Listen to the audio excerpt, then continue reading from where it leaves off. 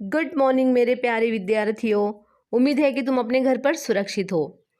देखो, हमने हमारा 7वां पाठ जो है स्वराज्य मेरा जन्मसिद्ध अधिकार है, जो एक भाषण के रूप में है और जिसके लेखक है लोकमान्य बाल गंगाधर तिलक, एक युग पुरुष थे। और उन्होंने इस पाठ के माध्यम से हमें बताना चाहा है कि स्वराज्य जो है, स्वशासन जो है, वो हमारा जन्मसिद्ध अधिकार है, उसे कोई छीन नहीं सकता है। ओके।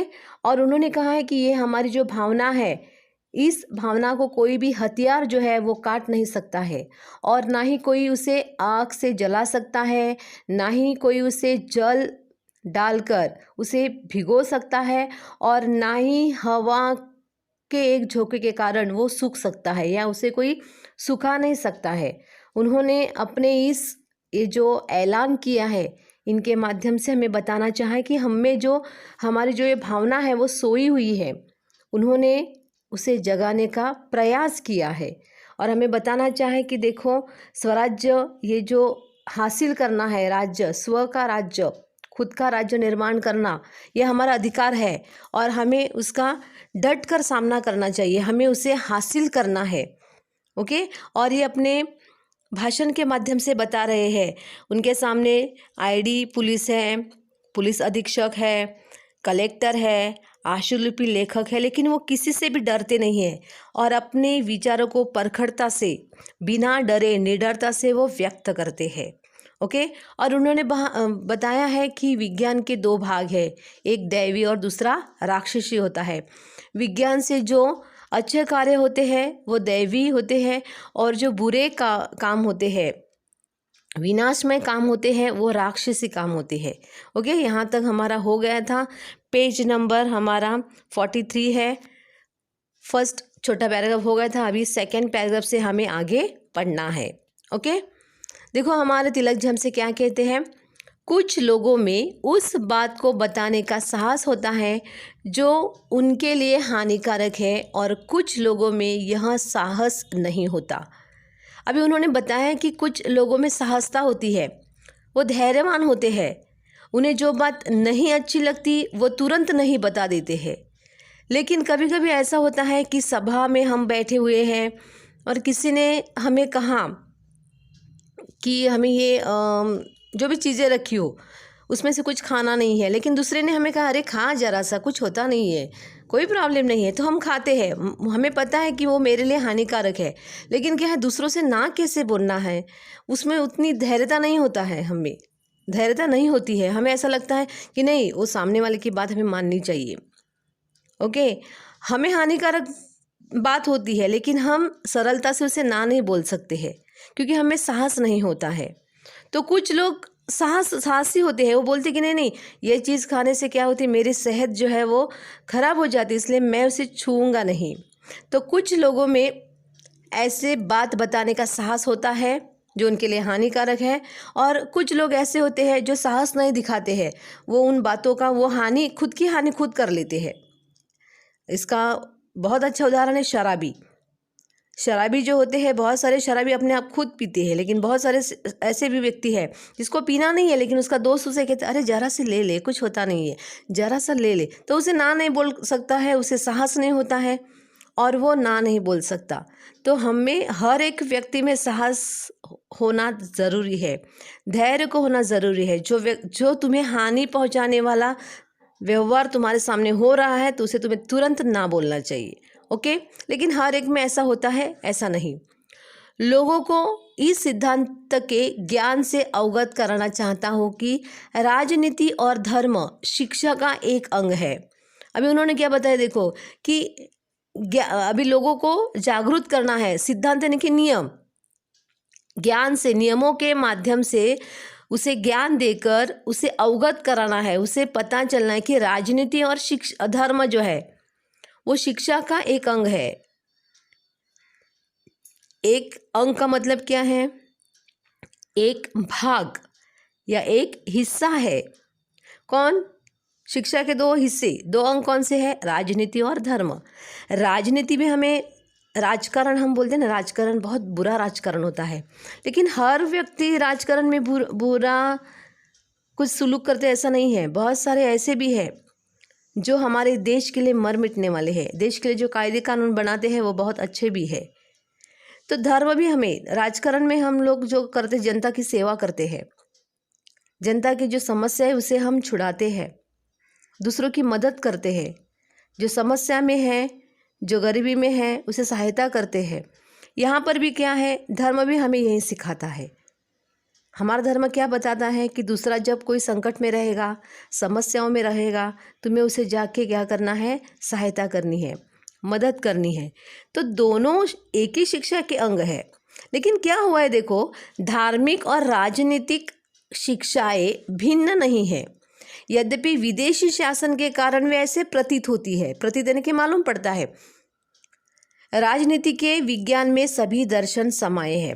अभी देखो धार्मिक और राजनीतिक, क्योंकि बहुत सारे अंग्रेज जो है उन्होंने क्या किया है, शासन किया है, उन्होंने धर्म को राजकारण से जोड़ा है। किसी एक धर्म पर अत्याचार किए हैं, किसी धर्म पर नहीं किए हैं। तो धार्मिक और राजनीतिक शिक्षाएं भिन्न नहीं है, एक ही है। लेकिन हमें विदेशी शासन के कारण ऐसा लगता है कि कोई उच्च वर्गीय है, कोई नीच वर्गीय है, ऐसा हमें लगने लगा है। इंग्लैंड भारत की सहायता से बेल्जियम जैसे छोटे से देश को संरक्षण देने का प्रयास कर रहा है। फिर वह कैसे कह सकता है कि हमें स्वशासन नहीं मिलना चाहिए? अभी देखो उन्होंने कहा है कि इंग्लैंड ने क्या किया है, अंग्रेजी शासन ने क्या किया है कि बेल्जियम जैसे छोटे देश को बचाने के लिए उसको संरक्षण देने का प्रयास किया है। प्रयास यानी कि प्रयत्न किया, लेकिन उसने किसकी सहायता ली है? हमारे भारत देश की। तो भारत देश का जो नागरिक है वो जो है वो स्वतंत्र होना चाहिए, ये भी उसके मन में कभी ख्याल तो आया होगा ना। हम कह सकते हैं कि उसका स्वशासन नहीं मिलना चाहिए, ऐसा कैसे हो सकता है? उसे भी शासन अच्छी तरह से चलना चाहिए। देखो मेरे प्यारे विद्यार्थियों, अंग्रेज़ हमारे भारत में आए तो एक दृष्टि से अच्छा ही हो गया। उन्होंने बहुत सारे अच्छे कार्य यहाँ पे किए हैं, पुल बांधना, जो हमारे यहाँ पे अंग्रेज़ी भाषा का जो बोलबाला है, या अनेक संस्थाओं का उन्होंने स्थापना की है, जिनके कारण हम ज़्यादा विकसित हो गए हैं। ओके, तो हमारे लोकमान्य तिलक जी हमें यही कह रहे हैं कि हम ऐसे कैसे कह सकते कि हमें वो स्वशासन के लिए रोकेंगे। रोका उसने क्योंकि उन्होंने प्रयास किया, उन्हें ऐसा लगता था कि हम ही शासन करेंगे, लेकिन बाद में वो समझ गए थे। ओके, जो हमें दोष देखते हैं वे लोभी प्रकृति के लोग हैं, परंतु ऐसे भी तो लोग हैं जो परम कृपालु ईश्वर में भी दोष देखते हैं। अभी देखो ये हमारे लोकमान्य तिलक जी को ऐसा लगता है कि किसी लोग में दोष होता है, वो लोभी प्रकृति की होते हैं। प्रकृति यानी कि स्वभाव, और प्रकृति का दूसरा अर्थ है निसर्ग। अभी कोई ऐसे स्वभाव के लोग होते हैं जो हर एक में क्या करते हैं, दोष देखते हैं। ईश्वर में भी वो दोष देखते हैं, क्योंकि ईश्वर ने उसे 10 बातें अच्छी दी हो और एक बात अगर गलत उसके साथ हो गई तो वो भगवान को दोष देता है। ये हमारा स्वभाव ही ऐसा है। ओके, तो वो कहते कि अगर भगवान को नहीं लोग छोड़ते तो क्या मुझे थोड़े ही छोड़ेंगे। ओके, हमें किसी बात की परवाह किए बिना अपने राष्ट्र की आत्मा की रक्षा करने के लिए कठोर प्रयास करना चाहिए।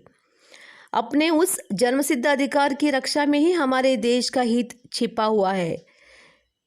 कांग्रेस ने स्वशासन का यहाँ प्रस्ताव पास कर दिया है, यानी कि कांग्रेस ने बताया कि हमें स्वशासन चाहिए। ये प्रस्ताव जो है उनके सामने ये जो रखा है प्रस्ताव, तो उसका उन्होंने स्वीकार किया है। लेकिन इसके लिए वो ऐसा नहीं कि दुकान का सामान नहीं है जो दुकान में बेचते हैं कि चलो ये पैसे ले लो और हमें स्वशासन जो है उसे दे दो। इतनी आसान बात नहीं है। तुम्हें इसके लिए क्या करना पड़ेगा, किसी भी बात की परवाह नहीं करनी है। आत्म की रक्षा करने के लिए कठोर प्रयास करना चाहिए कि अपने खुद के राष्ट्र की ये जो हमारा अधिकार है इसे प्राप्त करने के लिए, हासिल करने के लिए हम कुछ भी करने के लिए तैयार है, क्योंकि हमारे जो अधिकार है, हाँ, हमारे देश का अधिकार, ये हित इसमें छिपा हुआ है।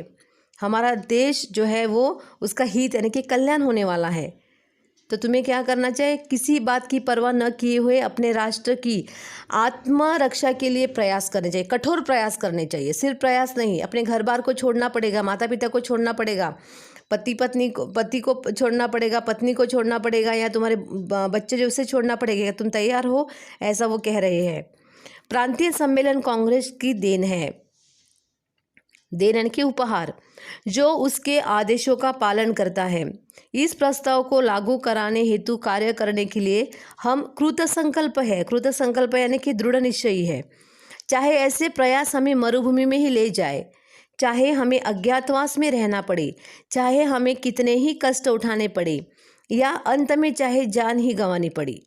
अब ये स्वशासन जो है उसे प्राप्त करना यानी कि स्वराज्य की कल्पना हमने की है, वो मैंने पहले ही बताया है कि वो दुकान में गए, पैसे दिए और वो खरीदने वाली चीज़ नहीं है। उसे हासिल करने के लिए हमें बहुत सारे कष्ट उठाने पड़ेंगे। ऐसा भी हो सकता है मरुभूमि यानी कि रेगिस्तान, जहाँ पानी की कमियाँ होती है, खाने की कमियाँ होती है, सिर्फ बालुकामय प्रदेश होता है, रेत वहाँ पर होती है, और इसी कारण तुम्हें कुछ भी करना पड़ेगा, लेकिन तुम्हें उससे पीछे नहीं हटना है, बल्कि तुम्हें सामना करना है। अज्ञातवास यानी कि गुप्तवासी हो सकते हो तुम लोग। कभी कभी ऐसा आएगा, ऐसा भी हो सकता है कि अंग्रेज में ढूंढ रहे तो तुम्हें गुप्त ऐसे निवास में रहना पड़ेगा, तुम्हें कष्ट उठाने पड़ेंगे, तुम्हें जान भी देनी पड़ेगी, लेकिन तुम्हें पीछे नहीं हटना है। श्री रामचंद्र ने ऐसा किया था। उस प्रस्ताव को केवल तालियां बजाकर पास न कराइए, बल्कि इस प्रतिज्ञा के साथ कराइए कि आप उनके लिए काम करेंगे। हम सभी संभव संवैधानिक और विधि सम्मत तरीके से स्वशासन की प्राप्ति के लिए कार्य करेंगे। अभी रामचंद्र जी ने क्या किया? अज्ञातवास वो रहे, 14 साल का वनवास किया। तभी क्या हो गया कि वो उन्हें जो अपनी राज सिंहासन जो है वो प्राप्त हुआ, अयोध्या में फिर से राजा बन गए। तो हमें स्वशासन करने के लिए हमें भी अपनी जान की परवाह नहीं करनी है, हमें भी कष्ट उठाने हैं। और ये तालियां बजाकर, हाँ आपने अच्छा कहा, तो ये सिर्फ तालियां बजाकर काम होने वाला नहीं है, उसमें हमें जी तोड़ मेहनत करनी चाहिए। और हमें क्या है, संविधान यानी कि जो विधान जो है, नियम जो उनके अनुसार जाना है, विधि के अनुसार। विधि सम्मत का मतलब क्या है? विधि के अनुसार हमें जाना है और इस स्वशासन को हासिल करना है। जॉर्ज ने खुलकर स्वीकार किया है कि भारत के सहयोग के बिना इंग्लैंड अब नहीं चल सकता है। 5000 वर्ष पुराने एक राष्ट्र के बारे में सारी धारणाएं बदलनी होगी। फ्रांसीसी रणभूमि में भारतीय सैनिकों ने ब्रिटिश सैनिकों की जान बचाकर अपनी बहादुरी का परिचय दिया है। हमें उन्हें बता देना चाहिए कि हम 30 करोड़ भारतीय साम्राज्य के लिए अपनी जान भी देने को तैयार है। अभी उन्होंने क्या कहा, देखो जॉर्ज ने खुलकर स्वीकार किया। खुलकर यानी कि पूरे दिल से कहा है कि भारत के सहयोग के बिना, भारत के सहायता के बिना इंग्लैंड अब चल नहीं सकती है। उसे भारत के लोगों की सहायता लेनी पड़ेगी, तभी वो आगे बढ़ सकता है, क्योंकि अभी वो खोखला होते जा रहा है। भारत के लोग अभी सचेत हो गए हैं, जागरूक हो गए हैं। और उन्होंने बताया कि 5000 वर्ष पुराने एक राष्ट्र के बारे में सारी धारणाएं बदलनी होगी। जो पहले पुराने ज़माने के जो नियम थे उसे बदलना होगा। फ्रांसीसी रणभूमि, फ्रांसीस यानी कि फ्रांस, रणभूमि यानी कि युद्ध भूमि में भारतीय सैनिकों ने क्या किया था? ब्रिटिश सैनिकों की जान बचाई थी। जब उनका साथ युद्ध हो गया था तो भारतीय सैनिकों ने ब्रिटिश सैनिकों की जान बचाई थी, लेकिन अपने जान पर खेलकर। ओके, और ये बहादुरी का परिचय दिया था कि हम किसी से कम नहीं। ब्रिटिश के सैनिकों की रक्षा के लिए भारतीय सैनिक आगे बढ़ी थी, तो उन्होंने परिचय दिया था कि हम बहादुर हैं, हम डरपोक नहीं हैं।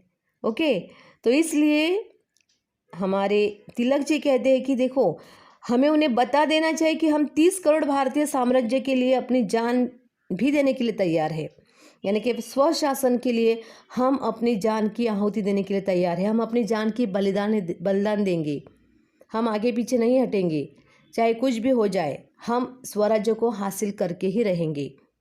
ओके, ये उनका बहुत ही प्रभावी भाषण था, और इस प्रभावी भाषण के माध्यम से ही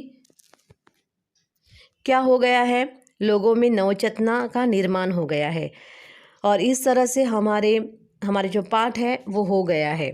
ओके, उम्मीद है कि तुम्हें वो अच्छी तरह से समझ में आया होगा।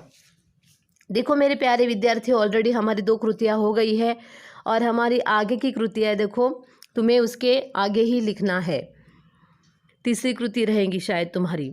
विज्ञान के 2 भाग हो गए हमारे। अभी देखो शिक्षा के अंग कौन से हैं? राजनीति और धर्म।